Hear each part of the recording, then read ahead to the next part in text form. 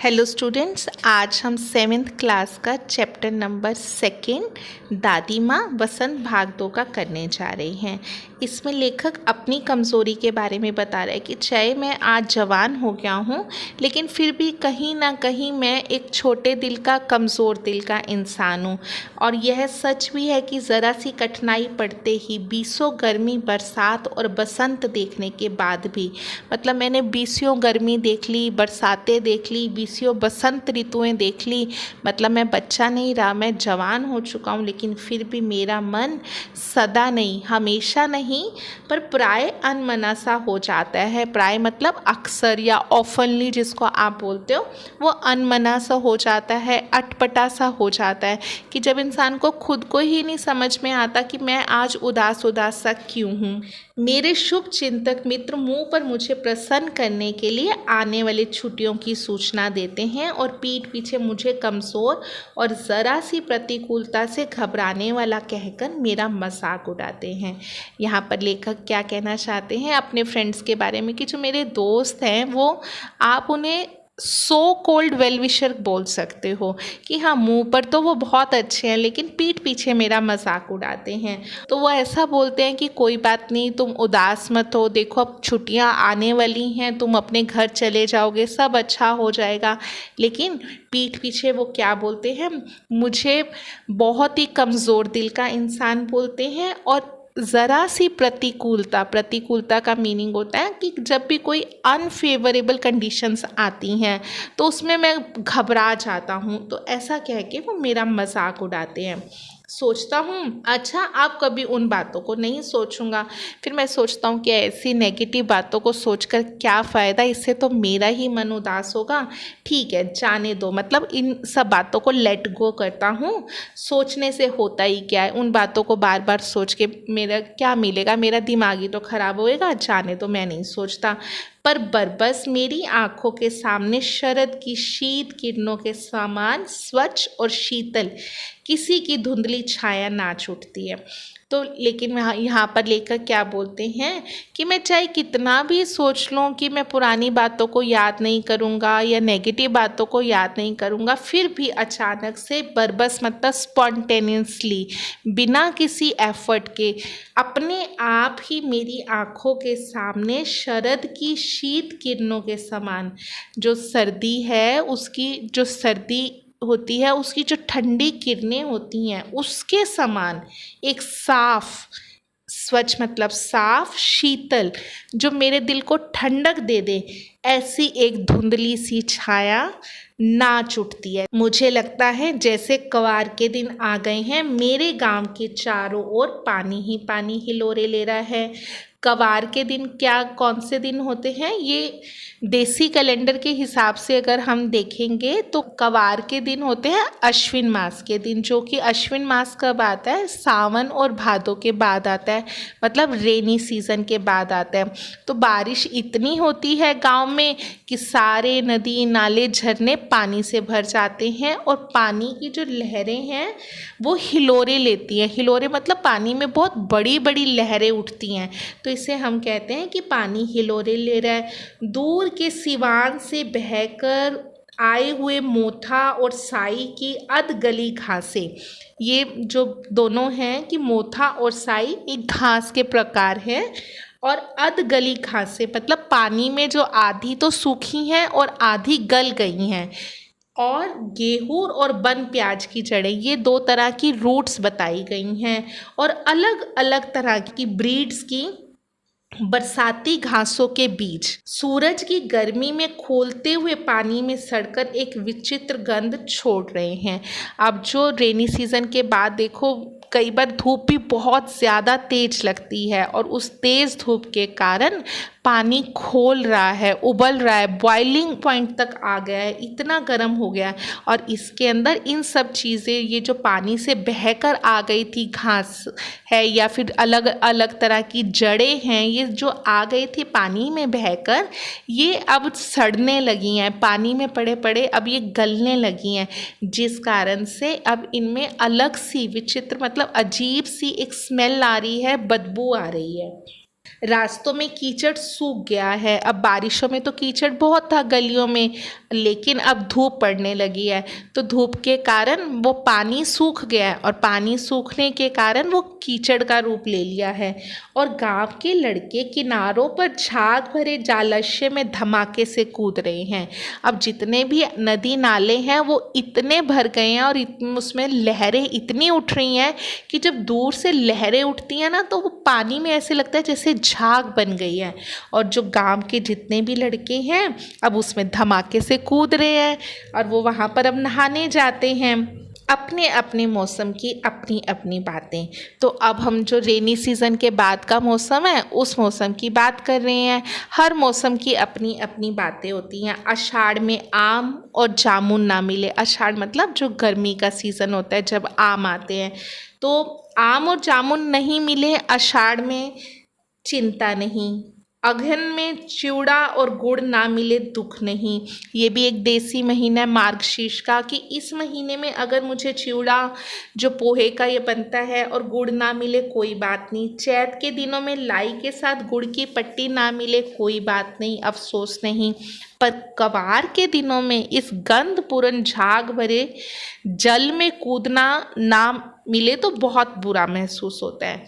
तो जो लेकिन वो बोलते हैं कि चलो आम नहीं मिले, जामुन नहीं मिले, गुड़ नहीं मिले तो चल जाएगा, लेकिन हमेशा पूरे साल हमें इस मास का बहुत बेसब्री से इंतज़ार रहता है कि कब हमारे यहाँ के नदी नाले भरेंगे और कब हम इस झाग वाले पानी में और कहीं ना कहीं गंध वाले पानी में छलांग मारेंगे। अब धीरे धीरे जो गंध उन्होंने बचपन से सही होती है वो गंध भी आज उन्हें अच्छी लगती है। इन झरनों में कूदने को ना मिले तो लेखक कहते हैं तो फिर बहुत बुरा लगता है। मैं भीतर हुड़क रहा था, मतलब बहुत बेचैन हो रहा था कि एक दिन ही तो कूद सका था। तो वो लेखक यहाँ पर सिर्फ कुछ ही दिन, 1-2 दिन ही जाकर वो झरने में वो पानी में कूद सके थे, नहा धोकर बीमार हो गया और लगता है शायद बहुत ही ज़्यादा नहा लिए थे और जिस कारण से वो बीमार हो गए। हल्की बीमारी ना जाने क्यों मुझे अच्छी लगती है। वो लेखक कहते हैं कि कभी कभी बीमार होना, थोड़ी बहुत बीमारी अच्छी लगती है। शायद से कई बार अटेंशन मिलती है, हम बीमार होते हैं, शायद से इसीलिए लेखक को अच्छी लगती है। थोड़ा थोड़ा ज्वर, थोड़ा हल्का फुल्का सा जो बुखार होता है, सिर में साधारण सा दर्द होता है, खाने के लिए दिन भर नींबू और साबु और जो मेरी सेवा होती थी ना, तो इस कारण से शायद से मुझे वो थोड़ा बहुत बीमार होना अच्छा लगता था। लेकिन इस बार ऐसी चीज़ नहीं थी, लेकिन इस बार तो थोड़ी सी गड़बड़ हो गई थी। ज्वर तो चढ़ा और चढ़ता ही गया और जैसे ही मुझे बुखार चढ़ा तो वो तो उतरने का नाम ही नहीं ले रहा था, वो तो चढ़ता ही जा रहा था। रजाई पर रजाई, रजाई पर रजाई, और उतरा रात 12 बजे के बाद। मतलब मुझे इतनी ठंड लग रही थी कि एक रजाई के ऊपर कई रजाई मुझे लेनी पड़ी और रात के 12 बजे तक दवाई का जाकर असर हुआ और मेरा बुखार उतरा। दिन में मैं चादर लपेटे सोया था। दादी माँ आई और शायद नहा कर आई थी। तो क्या कह रहे हैं कि दिन में शायद थोड़ी गर्मी थी तो मैंने चादर लपेटी हुई थी, रजाई नहीं ली हुई थी, और दादी माँ आई और उस टाइम शायद दादी माँ नहा कर आई थी और उसी झाग वाले पानी में ही नहा कर आई थी। पतले दुबले स्नेह सने शरीर पर सफ़ेद किनारी हीन धोती। अब वो जो मेरी दादी थी वो बहुत पतली सी और बहुत ही दुबली सी थी और उनको देखते ही उनकी आंखों में इतना प्यार झलकता था। और उन्होंने सफ़ेद धोती मतलब साड़ी डाली हुई थी जिसकी किनारी हीन धोती थी, मतलब उसकी सफ़ेद सी साड़ी थी, उसका कोई बॉर्डर नहीं था, ठीक है। सन टपके हुए जल की शीतलता, और जो उनके बाल थे वो भी पूरे सफ़ेद थे और उनमें से भी टप टप सा पानी गिर रहा था और वो पानी भी इतनी ठंडक मुझे दे रहा था। आते ही उन्होंने सर पेट को छुआ, आंचल की गांठ खोलकर किसी अदृश्य शक्तिधारी के चबूतरे की मिट्टी मुंह में डाली और माथे पे लगाई।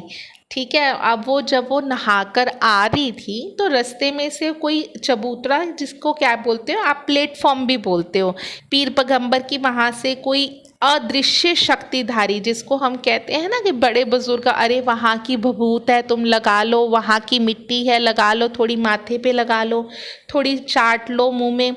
तो इस तरह से उन्होंने मेरे माथे पे लगाई।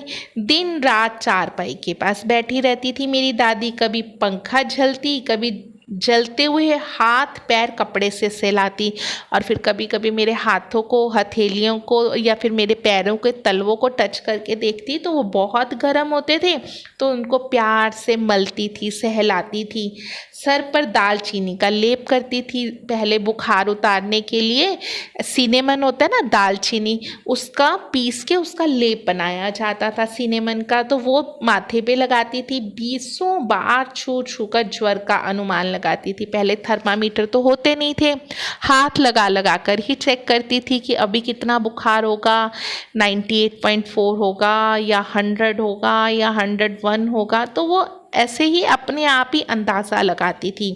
हांडी में पानी आया कि नहीं, उस पीपल की छाल से छोका कि नहीं, खिचड़ी में मूंग की दाल एकदम मिल तो गई है, कोई बीमार के घर में सीधे बाहर से आकर तो नहीं चला गया, आदि लाखों प्रश्न पूछकर घर वालों को परेशान कर देती थी। अब वो इस तरह के सवाल करती थी कि जो बीमार इंसान को खिचड़ी देनी है वो एकदम गल तो गई है, खड़ी खड़ी खिचड़ी तो नहीं है, मतलब अच्छे से डाइजेस्ट हो जानी चाहिए, और उसको उसके अंदर पीपल की छाल से छोंका या नहीं छोंका, हांडी में पानी आया या नहीं आया, मतलब हर तरह से टेक केयर करती थी, हर छोटी छोटी बात का ध्यान रखती थी। इस तरह के बहुत सारे प्रश्न पूछकर कई बार तो घर वालों को परेशान भी कर देती थी। दादी माँ को गवई गांव की 50 किस्म की दवाओं के नाम याद थे, और वो इतनी एक्सपीरियंस्ड लेडी थी कि पहले की उनको बहुत सारी दवाइयों के नाम याद थे कि पहले के टाइम में क्या बुखार होता है तो कौन सा गिलोय लेना है या गूगल लेना है, अश्वगंधा लेना है, जितनी भी देसी बीमारियां जो देसी दवाइयों के नाम थे उनको वो सब याद थे। गांव में कोई बीमार होता उसके पास पहुंचती और वहाँ पर भी यही काम। ऐसा नहीं कि मेरी दादी थी तो मेरा ज़्यादा ध्यान रखती थी, गांव के हर इंसान का वो इतनी ही शिद्दत से ध्यान रखती थी। उन्हीं का हाथ छूना, माथा छूना, पेट छूना, मतलब वही बार बार बुखार का अनुमान लगाती थी। भूत से लेकर मलेरिया, सरसाम, निमोनिया तक सब अनुमान विश्वास के साथ सुनाती थी। अब जिसके भी घर जाती थी अगर दवाई का असर नहीं होता था तो सोचती थी कि कहीं भूत की तो कोई छाया वाया नहीं पड़ गई, और फिर अनुमान लगाती थी कहीं मलेरिया तो नहीं हो गया, कि कहीं इतनी ठंड लग रही है, शिवरिंग हो रही है, मलेरिया तो नहीं है, सरसाम तो नहीं है, निमोनिया तो नहीं है। निमोनिया भी पानी में बहुत देर भीगने से हो जाता है, तो अपना अनुमान विश्वास करती रहती थी। उन दिनों में सवेरे उठकर स्नान करने के बाद लवंग, लवंग मतलब क्लोव जिसको बोलते हो, लौंग जिसको बोलते हो, गुड़ का मिश्रित जलधार, गूगल और धूप, सफाई कोई उनसे सीख ले, मतलब एकदम साफ सुथरा घर रखना ताकि किसी भी तरह के जर्म्स घर में ना आ सके। दवा में देर होती, मिश्री या शहद खत्म हो जाता, चादर या गिलाफ नहीं बदले जाते। चादर और गिलाफ आप उसको कह सकते हो, रजाई का कवर नहीं तो पिल्लो का कवर होता है उसको गिलाफ कहते हैं। तो वो जैसे पागल हो जाती थी, मतलब उन्हें ज़रा भी गंदगी बर्दाश्त नहीं थी। बुखार तो मुझे अब भी आता है, नौकर पानी दे जाता है, मेस महराज अपने मन की पकाकर खिचड़ी या साबू, डॉक्टर साहब आकर नाड़ी देख जाते हैं। तो ये बातें लेखक अपने बचपन की याद कर रहे हैं और बोलते हैं कि बुखार तो अब भी आता है पर वैसी टेंशन नहीं मिलती जैसी दादी देती थी। अब डॉक्टर साहब आ जाते हैं, नौकर पानी रख जाता है, महाराज जो खाना बनाने वाला होता है वो खिचड़ी बना जाता है, लेकिन उस खिचड़ी में वो दादी माँ का प्यार नहीं झलकता है। लेकिन अब तो वो जो डॉक्टर की दवाई की शीशी है ना जिसमें कुनैन होती है, शीशी देखकर ही मेरा बुखार भाग जाता है और बुखार को बुलाने का मन भी नहीं करता है। किशन भैया की शादी ठीक हुई। दादी माँ के उत्साह और आनंद का क्या कहना। जब किशन भैया की शादी हुई तो दादी इतनी एक्साइटेड थी कि बस उनको वो तो इतने उत्साह में भरी हुई थी, दिन भर गायब रहती थी, मतलब किसी ना किसी काम में लगी रहती थी। सारा घर उन्होंने अपने सिर पर उठा लिया था। पड़ोसन आती, बहुत बुलाने पर दादी माँ कहती, बहन बुरा ना मानना, कार परोजन का घर ठहरा। तो आसपास की पड़ोसनें आती थी, बोलती थी अरे दादी आप तो दिखती नहीं हो। तो बोलती थी कि देखो अभी घर शादी वाला घर ठहरा है तो मेरे पास तो बहुत सारा काम होएगा, तो मैं अभी तुमसे इतनी बात नहीं कर सकती हूँ। एक काम अपने हाथ से ना करूँ तो होने वाला नहीं। लेकिन दादी माँ के मन का ख्याल था कि अगर वो काम नहीं करेंगी तो काम ही नहीं होगा। अच्छे से मसाले नहीं पीसेंगी तो मसाले नहीं पीसे जाएंगे, घर नहीं लीपेंगी तो अच्छे से घर नहीं लीपा जाएगा। तो उनको ऐसा लगता था कि हर काम उनकी नज़र में ही होना बहुत ज़रूरी है। जानने को तो ये सभी जानते थे कि दादी माँ कुछ करती नहीं है। हाँ, वैसे वो अपने हाथ से नहीं करती थी, लेकिन सुपरविज़न ज़रूर करती थी कि हर काम अच्छे से हो रहा है या नहीं हो रहा। उन्हीं दिनों की बात है कि एक दिन दोपहर में मैं घर लौटा। बाहरी निसार में दादी माँ किसी पर बिगड़ रही थी, किसी को बहुत गुस्सा कर रही थी। पास जाके मैंने देखा कि पास के कोने में दुबकी रामी की चाची खड़ी है। तो मैंने देखा कि दुबकी रामी की चाची खड़ी है। सोना होगा धन्नो, और वो उसको डांट रही थी, धन्नो ऐसा नहीं होगा, रुपए मैं सूद के आज ही दे दो, मुझे तो आज ही जो पैसे तुमने उधारे लिए थे ब्याज सहित चाहिए। तेरी आंख में तो शर्म नहीं है, मांगने के समय कैसे आई थी, पैरों पर नाक रगड़ती फिरी, किसी ने एक पाई भी ना दी। जब तूने पूरे गांव से पैसे मांग लिए थे तो किसी ने भी नहीं दिए थे और मैंने दिए थे, और अब लगी है आजकल करने में। कभी कहती है आज देती हूँ दादी, कभी बोलती है कल पूरा पैसा तुम्हें सूद समेत वापस लौटाती हूँ, बरसात में दूंगी, फसल में दूंगी, फसल में दूंगी। मतलब बोल रही है कि जब मेरी फसल कट जाएगी पैसा आएगा तब दूंगी। अब क्या तेरी खातिर दूसरी फसल कटेगी क्या। मतलब यहाँ पर दादी का कहना है कि फसल तो कब की कट गई, अब क्या दूसरी बार उसी फसल को बार बार काट के मेरा पैसा देगी। तो वो दादी माँ यहाँ पर उसको गुस्सा कर रही हैं कि जो तूने मेरा पैसा लिया था, जो मैंने तेरी हेल्प की थी, वो मुझे वापस कर। दूंगी मालकिन। रामी की चाची रोती हुई दोनों हाथ से आंचल पकड़े दादी माँ के पैरों की ओर झुकी। बिटिया की शादी है, आप ना दया करोगी तो उस बेचारी का निस्तार कैसे होगा। तो वो जो थी चाची वो बोली, हाँ दादी मैं पैसा तो लौटा दूंगी, लेकिन अभी लड़की की शादी है ना, तो थोड़ा तो रुको। अगर आप ही दया नहीं करोगी तो मेरी लड़की की विदाई कैसे होएगी। हट हट, अभी नहा कर आई हूँ। दादी माँ पीछे हट गई। जैसे कि हमें थोड़ा सा पहले से ही पता है कि दादी माँ साफ सफाई वाली थी, तो उनको लगा कि अभी अभी नहा के आई हूँ, तू पता नहीं कहाँ से आई होगी, मुझे ना छू। जाने तो दादी, मैंने इस अप्रिय प्रसंग को हटाने की गरज से का, बेचारी गरीब है, दे देगी कभी। तो मैंने, लेखक यहाँ क्या बोलते हैं कि मैंने दादी को बोला कि भाई अभी कोई लड़ाई झगड़ा ना हो जाए, तो मैंने बात को ख़त्म करने के लिए कहा कि हाँ दादी दे देगी, आप टेंशन मत लो, दे देगी। चल चल चलाए समझाने। तो दादी ने लेखक को ही डांट दिया, चल तू क्या मुझे समझाएगा। मैं चुपके से आंगन की ओर चला गया। कई दिन बीत गए, मैं इस प्रसंग को एकदम भूल गया। तो ये जो वो लेखक क्या बोल रहे हैं कि मैं तो इस घटना को भूल ही गया था। एक दिन रास्ते में रामी की चाची मिली, जिसको उस दिन दादी डांट रही थी ना, तो वो रामी की चाची लेखक को मिली। वे दादी को पूतो फलो दूधो नहाओ का आशीर्वाद दे रही थी। मतलब ये बहुत अच्छा कि तुम तो दूध से नहाओ, तुम्हारे पोते हों, तो ऐसा ऐसा आशीर्वाद दे रही थी, मतलब बड़ा अच्छा आशीर्वाद दे रही थी। मैंने पूछा क्या बात है धन्नो चाची। तो उसने विहल होकर कहा, उरीन हो गई बेटा, भगवान भला करे हमारी मालकिन का, कल ही आई थी, पीछे का सभी रुपया छोड़ दिया, ऊपर से 10 रुपए का नोट देकर बोली, देखना धन्नो, जैसे तेरी बेटी वैसे मेरी बेटी, 10-5 के लिए हंसाई ना हो, देवता है बेटा देवता। तो यहाँ पर वो रामी की चाची लेखक को क्या बोल रही थी कि जो तुम्हारी दादी है ना, वो तो भगवान के बराबर है। मतलब पिछला तो सब पैसा उन्होंने छोड़ ही दिया, जितना भी मुझे ब्याज पे पैसा दिया था, और जाते जाते मुझे 10 रुपये और हाथ में, उस टाइम पे 10 रुपये की भी बहुत कीमत थी, 10 रुपये और हाथ में दे दिए और बोल रही है कि हाँ लड़की की शादी है, कोई कमी नहीं होनी चाहिए, जग हंसाई नहीं होनी चाहिए कि कहीं कोई कमी रह गई शादी में तो लोग हंसने नहीं चाहिए, इसलिए तो अपनी बेटी की शादी अच्छे से कर। तो देखो तुम्हारी दादी तो देवता के बराबर है। उस रोज तो तुम्हें बहुत डांट रही थी। मैंने पूछा। वह तो बड़े लोगों का काम है बाबू, रुपए देकर डांटे भी ना तो लाभ ही क्या। मतलब एक ऐसा, वो क्या बोलती हैं रामी की चाची, कि बड़े लोग तो ऐसे ही डांटते रहते हैं, उनकी डांट में भी एक प्यार होता है। और वो डांट किस लिए थी कि ताकि हम रुपए को, पैसे को सेव कर सके, ऐसा नहीं कि किसी से भी पैसा उधार लिया और उसको वेस्ट कर दिया। तो वो बोलती हैं कि अरे अब डांटेंगी भी नहीं क्या, पैसे देकर तो डांटना बड़े लोगों का काम ही होता है। मैं मन ही मन इस तर्क पर हंसता हुआ आगे बढ़ गया। तर्क मतलब भी ये क्या लॉजिक हुआ, लेकिन मैंने सोचा कि ठीक है चलो, मेरे को अच्छा लगा ये लॉजिक और मैं मन ही मन में हंसकर आगे चला गया। किशन के विवाह के दिनों की बात है। विवाह के 4-5 रोज पहले से ही औरतें रात रात भर गीत गाती हैं।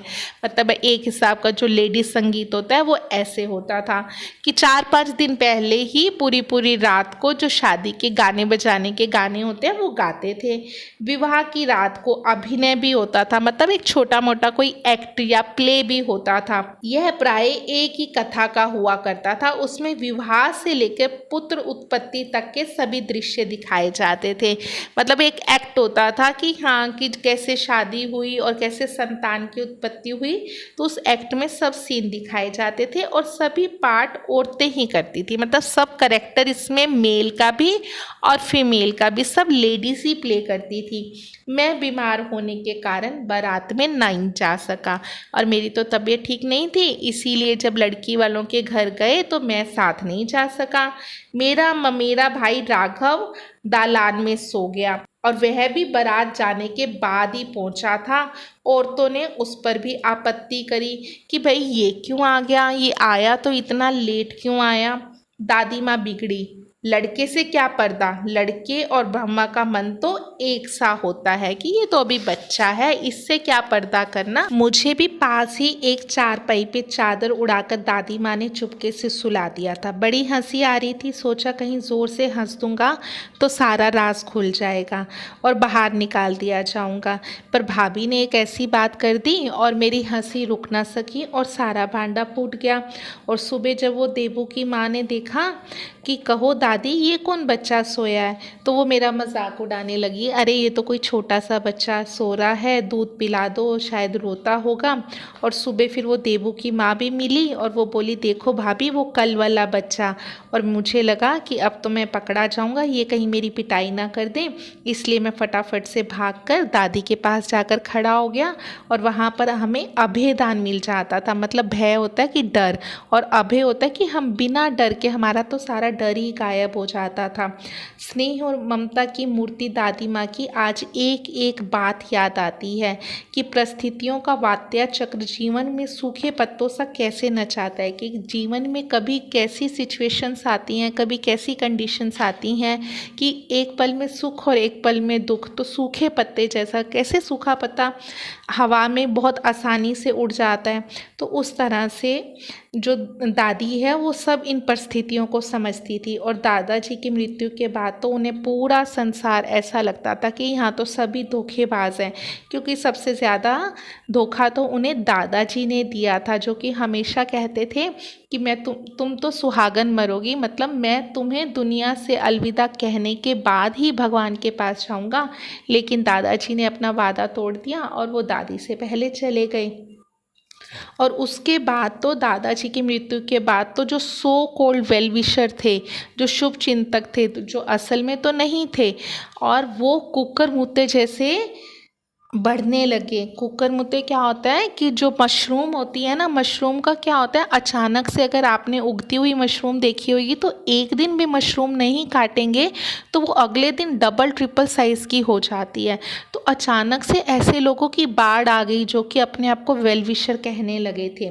दादी माँ अक्सर उदास रहती थी और जो दादाजी के श्राद्ध में भी पिताजी ने बहुत सारी पैसे खर्च कर दिए थे। उन्होंने दादी की एक भी नहीं सुनी, बल्कि उन शुभ चिंतकों की सुनी जिनके कारण वो कर्जे के नीचे भी आ गए।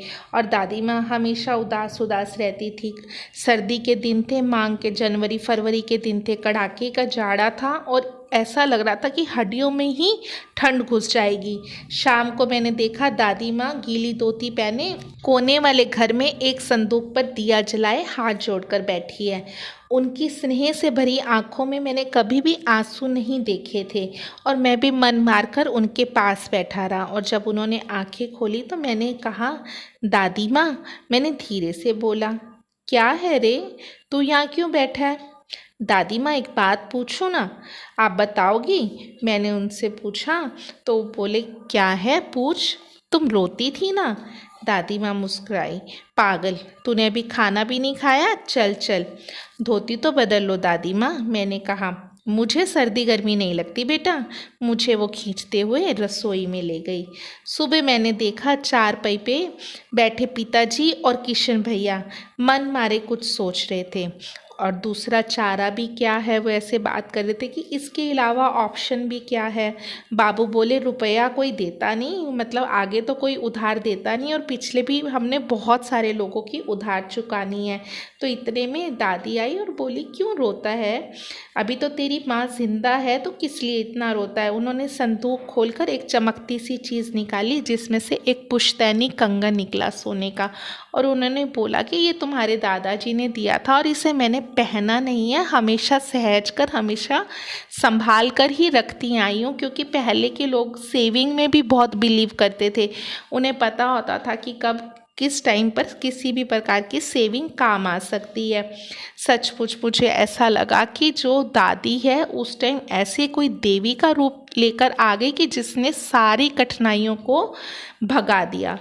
धुंधली छाया विलीन हो गई और धीरे धीरे वो जो दादी की छाया थी वो गुम हो गई। मैंने देखा कि दिन काफ़ी चढ़ आया है।